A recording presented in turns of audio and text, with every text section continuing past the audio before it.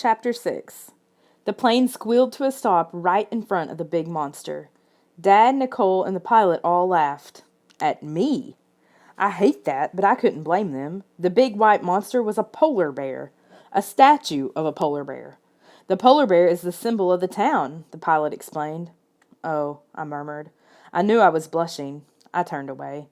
Jordan knew that, Dad said. He was just playing one of his practical jokes. Yeah. I went along with it. I knew it was a statue all along. You did not, Jordan, Nicole said. You were really scared. I punched Nicole in the arm. I was not. It was a joke. Dad put an arm around each of us. Isn't it great the way these two kid each other? He said to the pilot.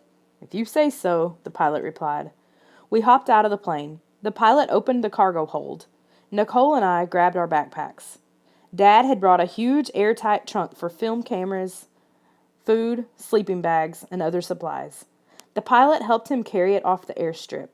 The trunk was so big, Dad couldn't fit inside it. He reminded me of a red plastic coffin.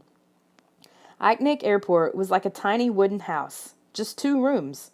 2 pilots in leather jackets sat at a table playing cards. A tall, brawny man with dark hair, a thick beard, and leathery skin stood up and crossed the room to greet us. His gray parka hung open over a flannel shirt and deerskin pants. This must be our guide, I realized. Mr. Blake? The man said to Dad. His voice was low and hoarse. I'm Arthur Maxwell. Need some help there? He grabbed one end of the trunk from the pilot. This is an awfully big trunk you brought, Arthur added. Do you really need all this stuff? Dad reddened. I've got a lot of cameras, tripods, and things. Well, maybe I overpacked. Arthur frowned at me and Nicole. I'd say so. Call me Gary, Dad said. These are my kids, Jordan and Nicole. He nodded toward us. Nicole said, Hi, and I added, Nice to meet you. I can be polite when I have to be. Arthur stared at us. Then he grunted. You didn't mention kids, he mumbled to Dad after a minute. I'm sure I did, Dad protested.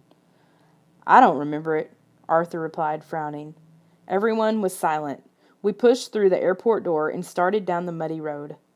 I'm hungry, I said. Let's go into town and get some food. How far is it to town, Arthur? Dad said. How far? Arthur echoed. You're looking at it. I stared around in surprise. There was only one road. It began at the airport and ended in a pile of snow about 2 blocks away. A few wooden buildings were sprinkled along it. This is it? I cried.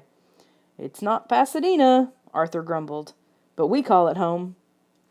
He led us down the muddy road to a diner called Betty's. I guess you're hungry, he grumbled. Might as well eat a hot meal before we set out. We settled into a booth by a window. Nicole and I ordered hamburgers, French fries, and Cokes. Dad and Arthur ordered coffee and beef stew. I've got a sled and 4 dogs ready to go, Arthur announced. The dogs can pull this trunk of yours and the other supplies. We'll walk beside the sled. That sounds fine, Dad said. Whoa, I protested. We're walking?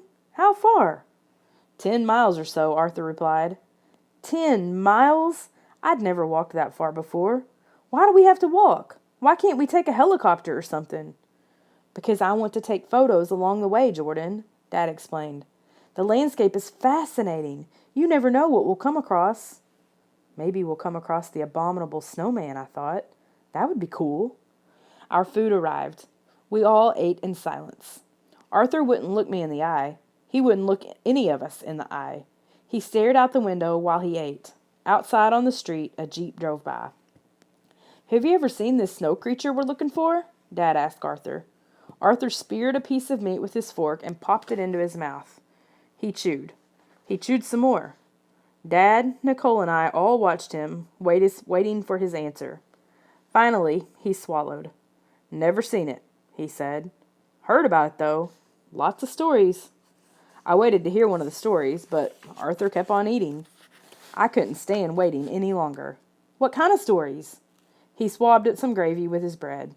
He stuffed it into his mouth, chewed, swallowed. A couple of people in town, he said. They've seen the monster.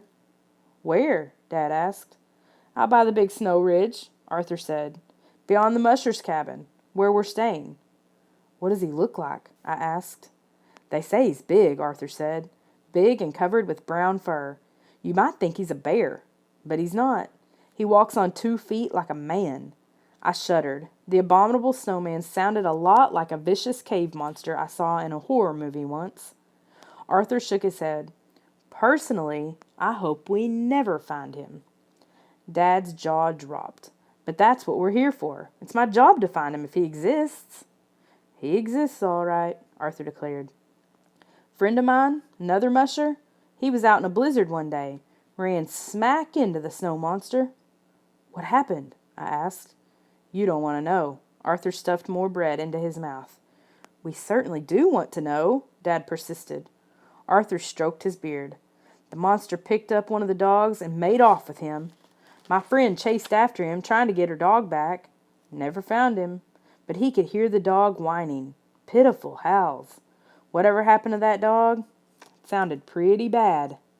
He's probably a carnivore, Nicole said. A meat eater. Most animals around here are. There's so little vegetation. I jabbed Nicole. I want to hear about the snowman, not your stupid nature facts. Arthur flashed Nicole an annoyed glance. I figured he was thinking, what planet is she from? That's what I'm usually thinking anyway. He cleared his throat and continued. My friend came back to town. He and another guy went out to try to capture the snow monster. Darn foolish if you ask me. What happened to them? I asked. Don't know, Arthur said. They never came back. Huh? I gaped at the big guide. I swallowed hard. Excuse me? Did you say they never came back? Arthur nodded solemnly. They never came back.